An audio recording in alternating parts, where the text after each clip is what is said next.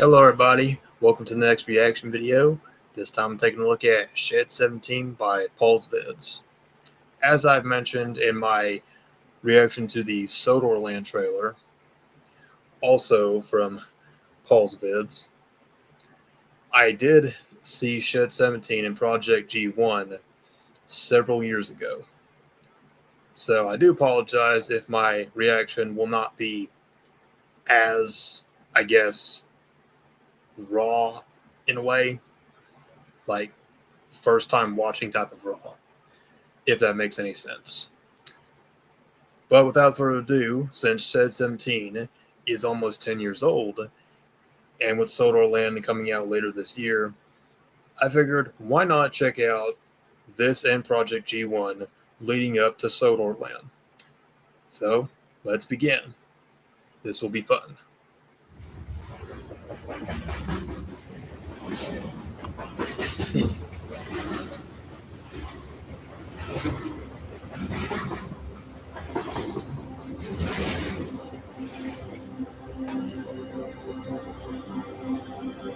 That is a nice opening title thing. Sodor Land, 1982.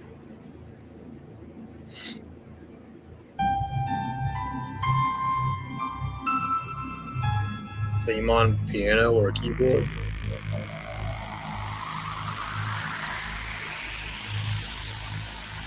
Or windmill. Present day.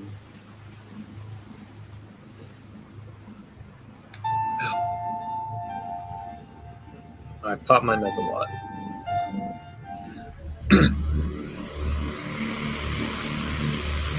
Damn, everything really is in ruin.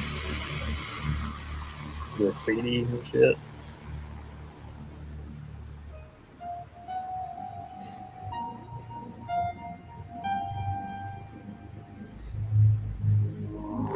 Whoa.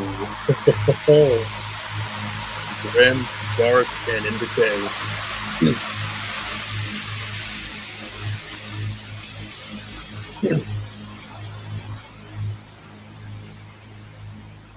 They were the stories that have charmed an entire generation. From the books to the television series, people around the world have grown up with the railway stories, and all their cheerful characters. But the truth behind Thomas and his friends was no children's fantasy. The truth would be horrifying.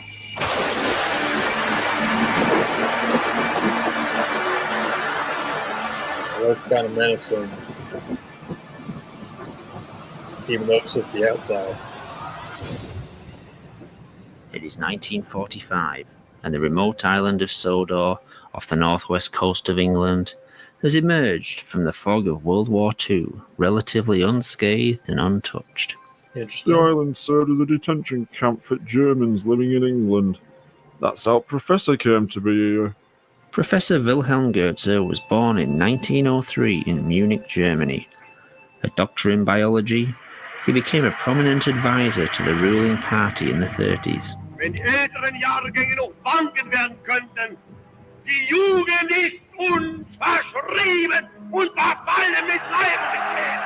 In 1939, as war escalated, he, his wife Olga, and 4-year-old son Hans fled the country. The World at War, 1973. Tja, ich habe nie einen solchen Befehl bekommen. Er hat einmal gefragt, nicht wahr? Am 14. Mai 1942 war der Großadmiral Räder und ich bei ihm. That's what he wanted people to believe. The fact is, his experiments were hard to stomach even for his own people. In truth, he had become a prominent figure in the government, but as his work progressed, questions and objections had been raised in the higher echelons of the Reich. His work with genetics and DNA was truly pioneering. The cracking and manipulating of the human genome.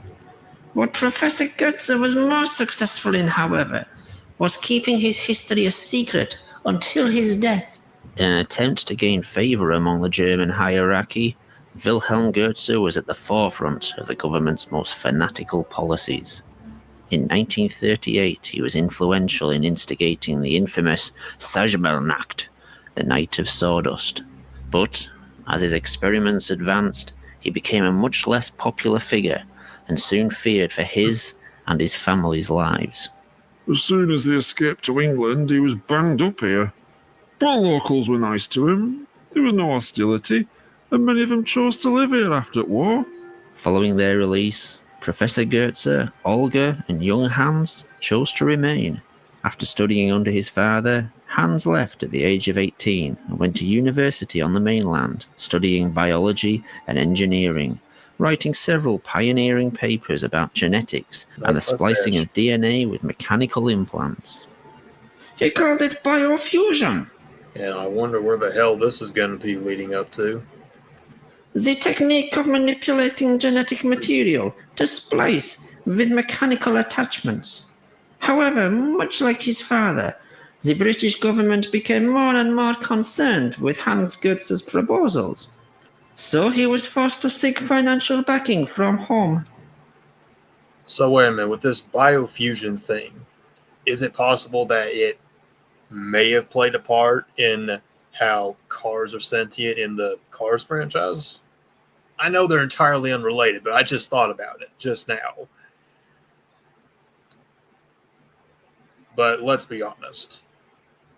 What benefit is there to infusing yourself with a vehicle and staying like that for the rest of your life? Because that would have some absolutely horrifying implications. Continue. His dad left Germany with quite a few bob, so Hans came back. He saw our little island as some sort of refuge where he could work in peace. Yeah. Soon every nutcase and eccentric was coming over. By 1962, Hans had set up Sodor Research, a small lab near the town of Alsborough, but soon the enterprise began supplying medical equipment and machinery, and quickly grew to become a large complex, comprising its own links to the growing Sodor rail system. Young Abby Collins from the town was working there when Professor Hans took a liking to her.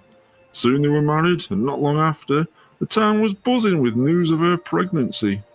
Baby Thomas was born in 1968. Oh, dear God. Throughout the early years of his life, he would watch the growing railway network with fascination. And with a face like that, that is awfully cursed to look at. And I'm already horrified that he's going to be the victim in all this. He couldn't get enough at trains. His dad bought him one of the first video cameras, and he'd be on the platforms every day. Hey, I can't get enough trains myself either. That's why I grew up with this show in general. You can see me in some of those tapes. Hiya, Mr. Hartley. Morning, Thomas. But he was friends with everyone, even that simple bloke who could only say where he lived. Sodor. But his favourite trains were the old steam engines. Steam engines were a dying art on the British mainland, but Hans also had a fondness for them, much like his son, and likes to keep them running for our purposes, taking orders from the labs to the growing docks, or to the mainland to be transferred to modern postal express trains.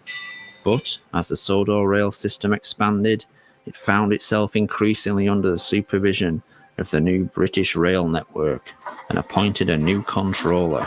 Right, get off my f***ing platform! Hey! Sir Topham Hatt. Born into money, he took his ridiculous name to heart and started wearing a top hat all the time. No kidding. Of course, the islanders had a different name for him. Fat bastard. I've never met such a cold-hearted as him.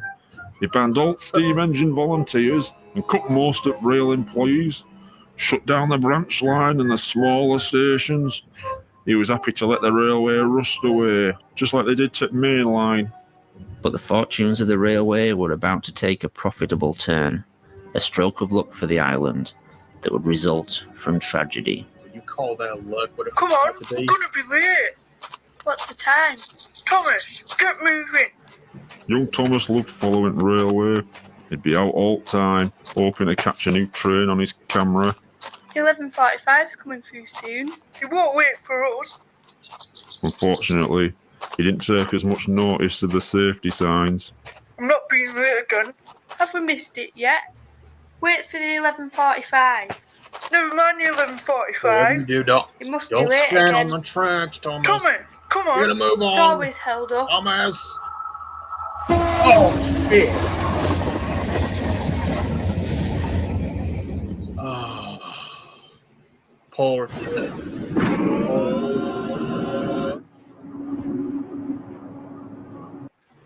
Hans was mortified. He disappeared from public view and into the labs. Locking himself in, he wouldn't allow anyone in there. Jesus Eventually, his Christ. father Wilhelm came to see him. In a few days, a major laboratory had been locked down, followed by an engine maintenance shed, which was to become off-limits to all. All production was shut down, orders weren't met, but the two Professor Goetzes didn't care. More and more equipment was being delivered daily, but no one was allowed in Shed 17. Questions started being asked on Sodor. Where were the Goetzes? Would there be no funeral for young Thomas? And where was the body? They'd arranged for Thomas to be transferred to a mainland hospital. He'd been taken to the complex but was never moved by rail. We all assumed the obvious, he was still in lab. But if Thomas was there, was he still alive? And what was the purpose of keeping him at the complex? Tracks are messed up. Almost a year after the accident, the doors of Sodor research were reopened. Here we go. In an open invitation to the people of the island, Thomas rolled out of Shed 17. It took me a moment to realise what it was I was looking at. When he looked at me and said, Hiya, Mr. Hartley. it dawned on me what Hans Goetzer and his dad had done. One woman passed out as Thomas smiled at us. Oh. I had to run off round the side of the shed. Hey, are you alright, Keith? As news spread across the country, the world's media rushed to Sodor Island. They kept trying to interview me. I became a bit of a celebrity. Controversy on Sodor Island. Questions asked about science ethics. It's fair to say I was pretty nervous at I'm times, joined now by Keith Hartley. but I think I put on a brave face. What did you think when you first came to meet Thomas the Tank Engine? You just freaked your guts out. Most of my mates said I looked pretty good on telly. Pretty good on telly. The mayor said I'd represented the people of Sodor very well. It's important to show you're confident when people are asking you awkward questions. Good evening. An act of mercy or a crime against humanity? The latter. I'm joined now by Keith Even when Hartley. some of the questions got difficult, I made sure I knew what I was talking about. What was your reaction when you first met a talking tank engine? If you can't make an informed opinion, or if you can't string together two words on telly, well, maybe you shouldn't be on there. There are two sides to this. Admittedly, the subject matter was a bit bizarre sometimes. There are some dark forces at work here. You were alright as long as you could win over the audience. See this, they're laughing at you. They're not laughing with you.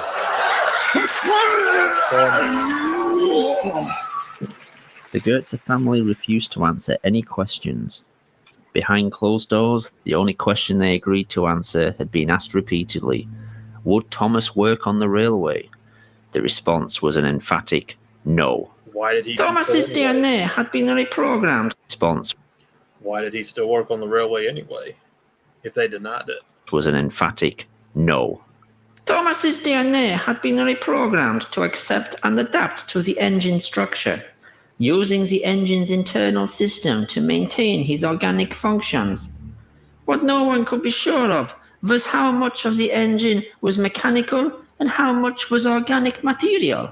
Thomas had been able to move around without coaches, but to work on the railway, his engine would need to be fired up and operated by a driver and fireman.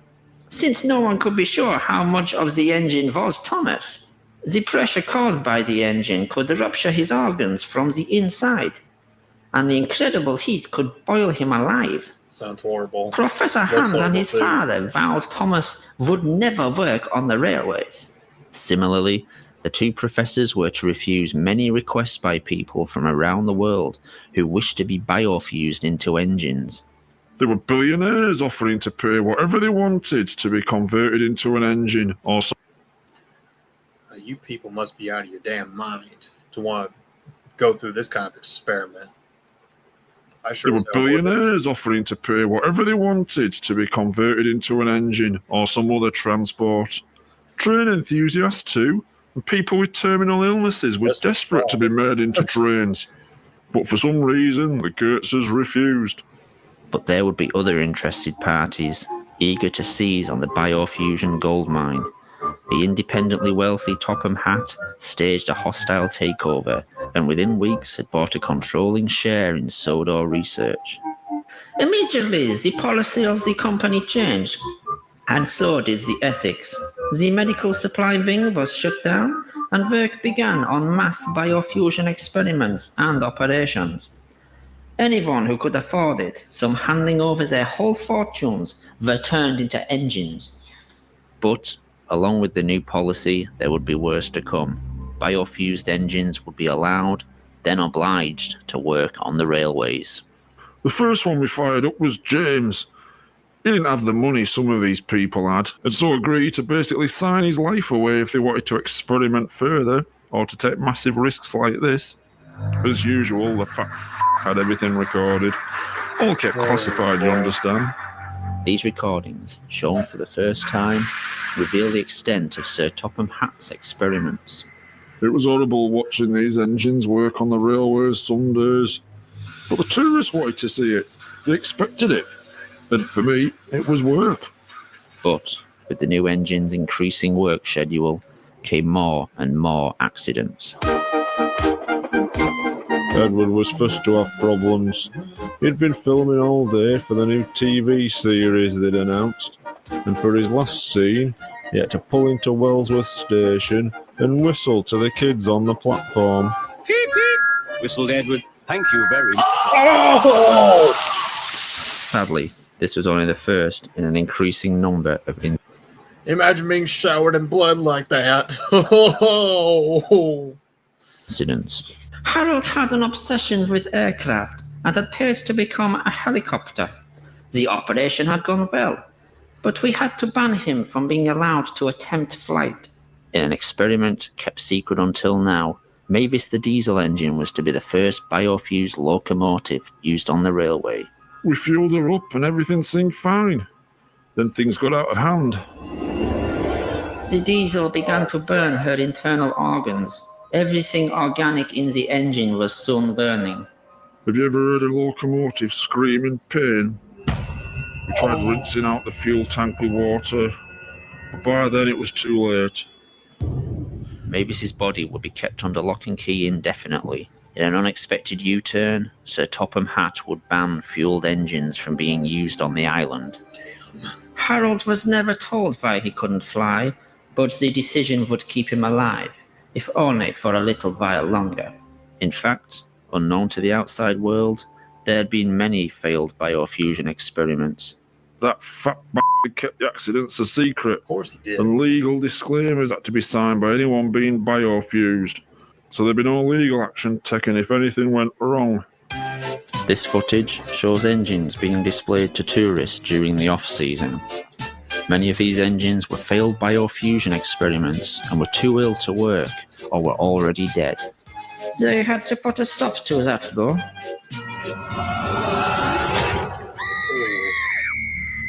With all accidents happening, everyone started asking the same thing.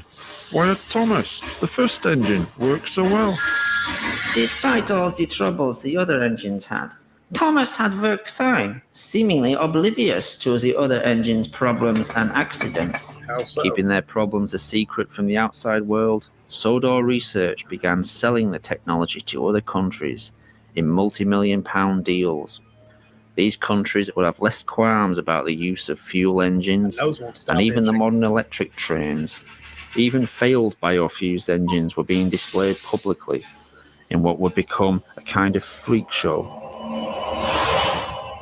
To his horror, Professor Hans Goetze saw what this was leading to, slavery of engines, and immediately resigned. His father, Wilhelm, would go one step further.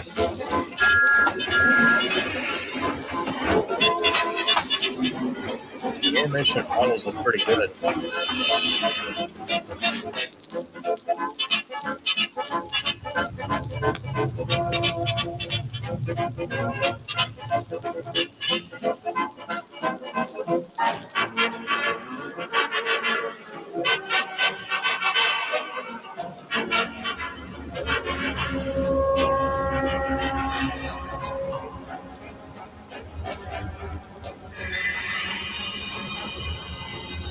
You're gonna take your life, are you?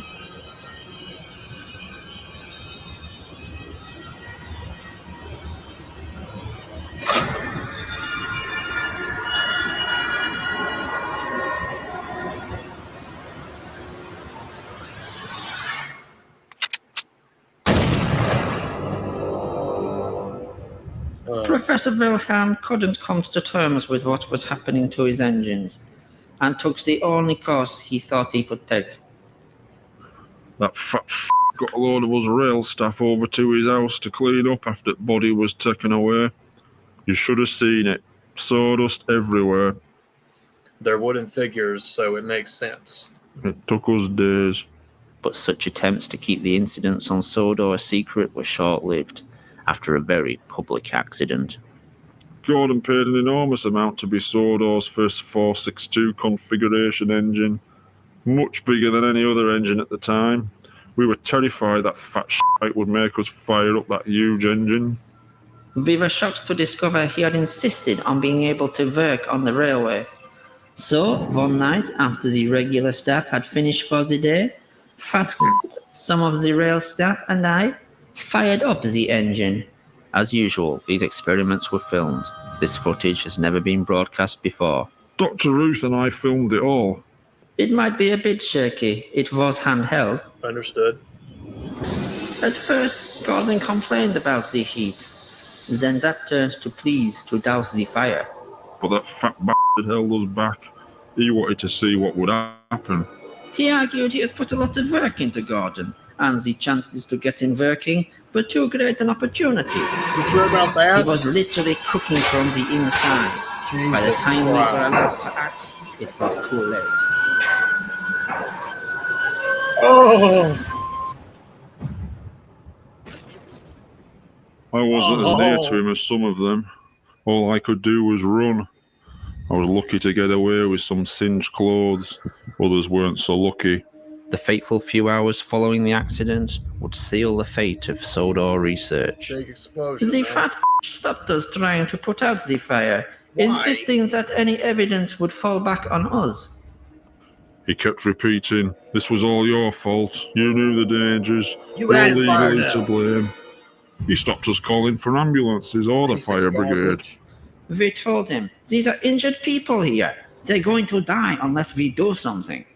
But he kept saying, no one from the outside can come in. No one can see this. Finally, someone suggested we airlift them to hospital. Absolute scum. Harold was banned from flying for his own safety, but we thought the risk was worth it. Fueling Harold was a nervous experience. Would he have the same reaction Mavis had? We all breathed a sigh of relief and loaded the injured people aboard. Then it all went wrong. Oh, here we go. Oh, no. Shit. Harold's engine had worked fine, but what no one realized was most of Harold's lower extremities were permanently fused to his propeller system.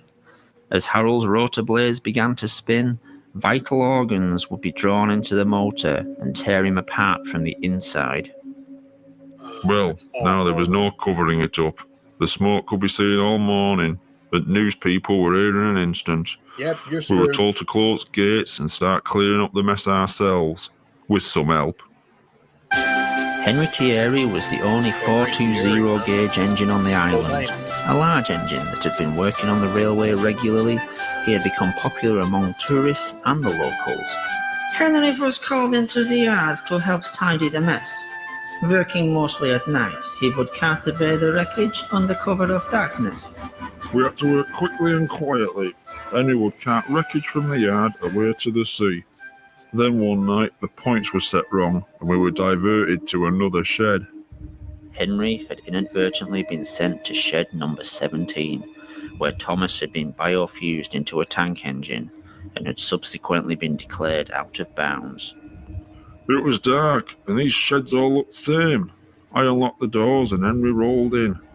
I didn't see what Henry saw, because as soon as he put his head through doors, he bolted and reversed out.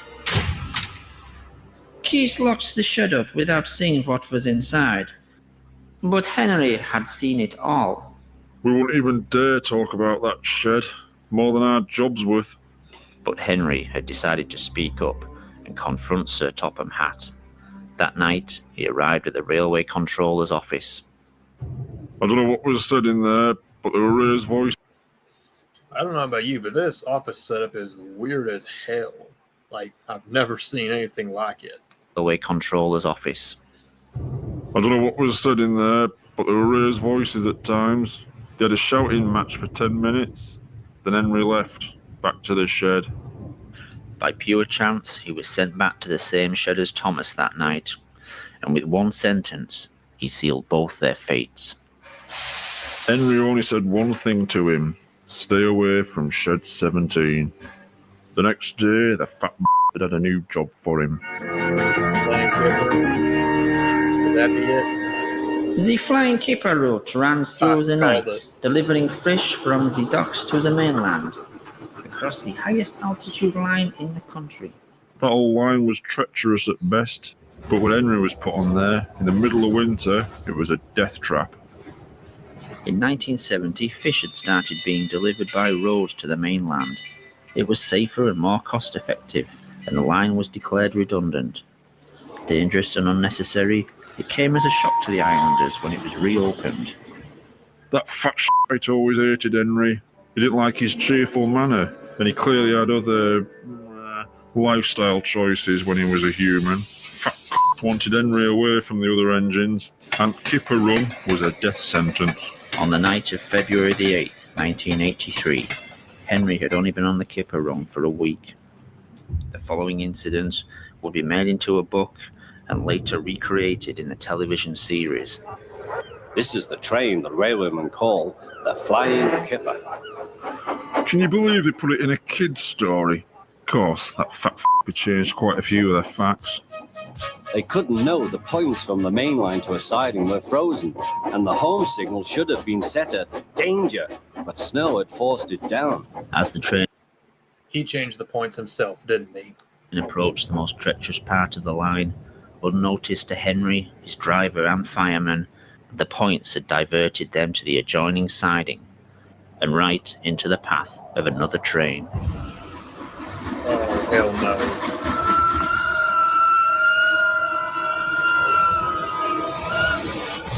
Oh!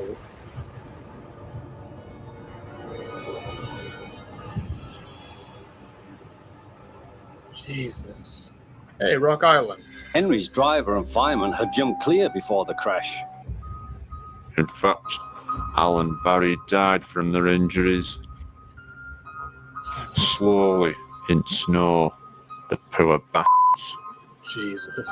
By midday, the recovery operation was underway, and Sir Topham Hatt had arrived. Cheer up, Henry, it wasn't your fault. Ice and snow caused the accident. These images from a train spotter's camera were taken the evening before and were successfully covered up by the Sodor Railway Board for 10 years. There was a railway spike in points, blocking them. Of course, that had disappeared by the time we got there. I'm sending you to Crewe, a fine place for sick engines. Crew.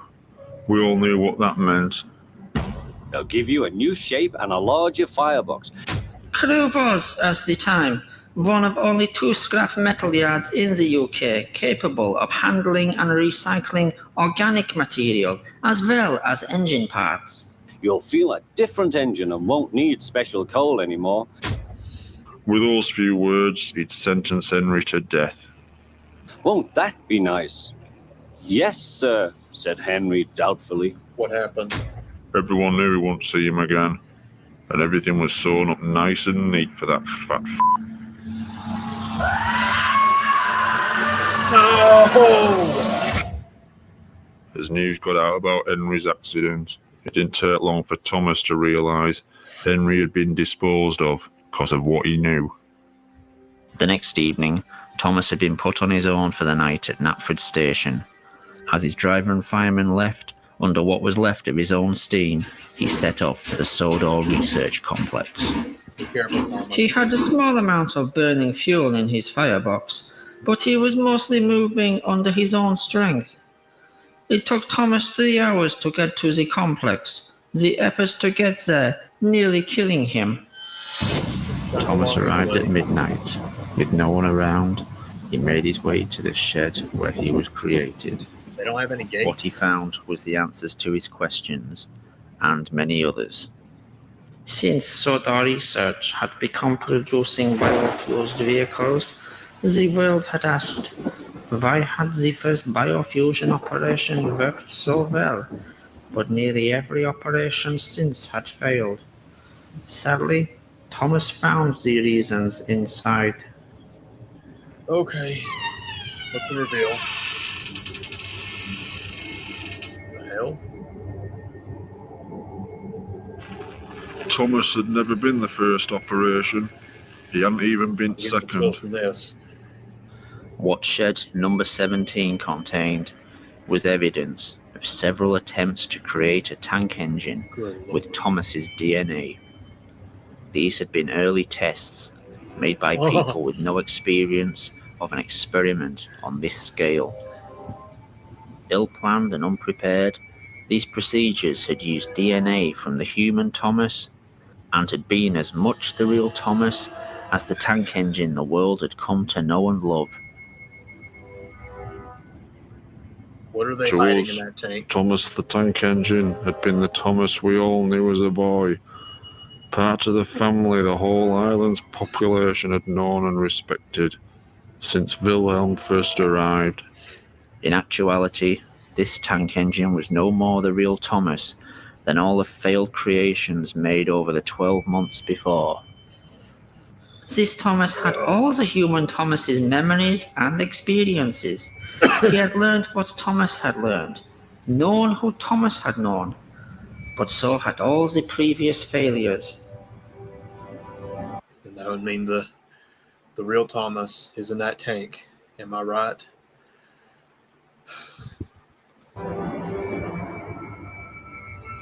Wilhelm and Hans Goetze had to learn through trial and error how to bring their Thomas back from the dead. The following experiments had not had the same work put into them, resulting in the freak engines and aircraft that had developed so many problems on Sodor Island and around the world. In Shed 17, Thomas wouldn't discover who he was, but in fact, who he wasn't.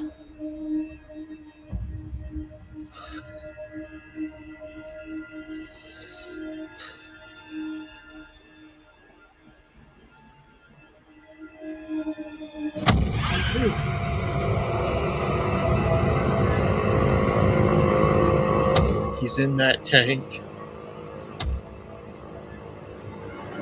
No. What the?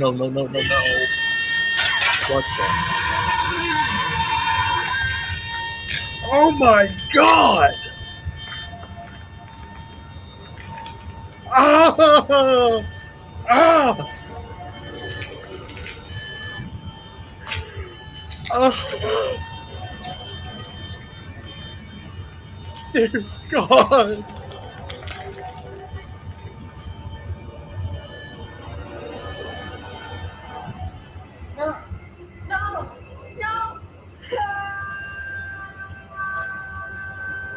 No!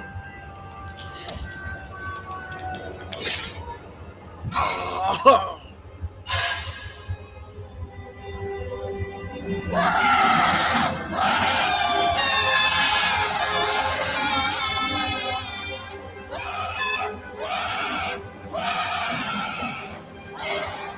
He had no idea he was only one of many clones. None of us did. But I guess as time passed, we stopped asking all the questions we had at first. We were just glad our friend was back with us. He could work for us. He became our servant in a way. Someone who drew in the crowds, helped create jobs, was eager to work. Thomas always thought of us as his friends. Sadly, over time we came to think of him as just really useful.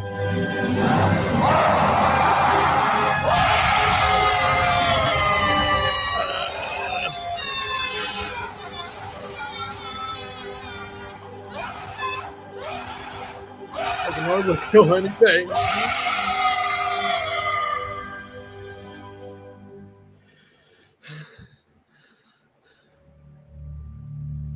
A government inquiry was launched into the events of Sodor Island. Sodor research banned the following year.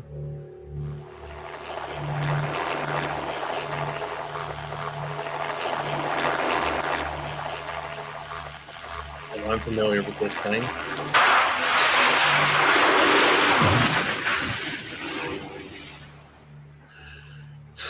I'm utterly shocked.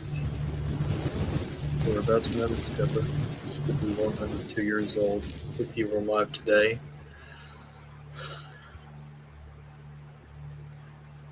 A specialist unit.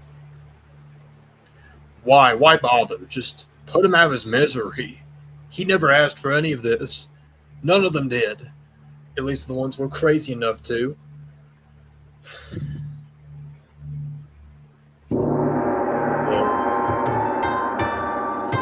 今日會有一批水果同蔬菜抵達碼頭嘅，我要你將食物送去納卜澤，繼續做你自己日常嘅工作啦。That is disgusting and cruel. All of this is.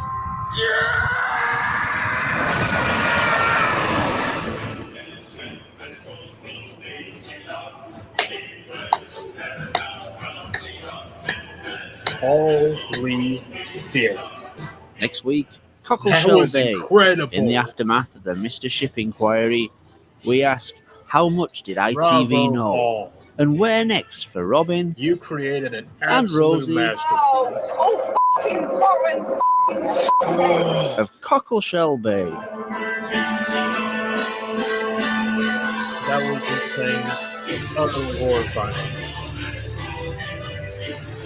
Is there an end credits scene?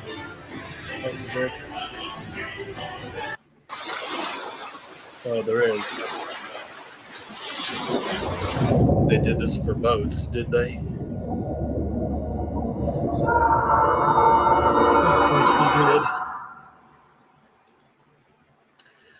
Oh boy. So that's Shed 17, everybody. Please let me know what you think down below. Original video will be in the description as always. I will be checking out Project G1 eventually, but anyway, thanks again, everybody, and I'll see y'all next time.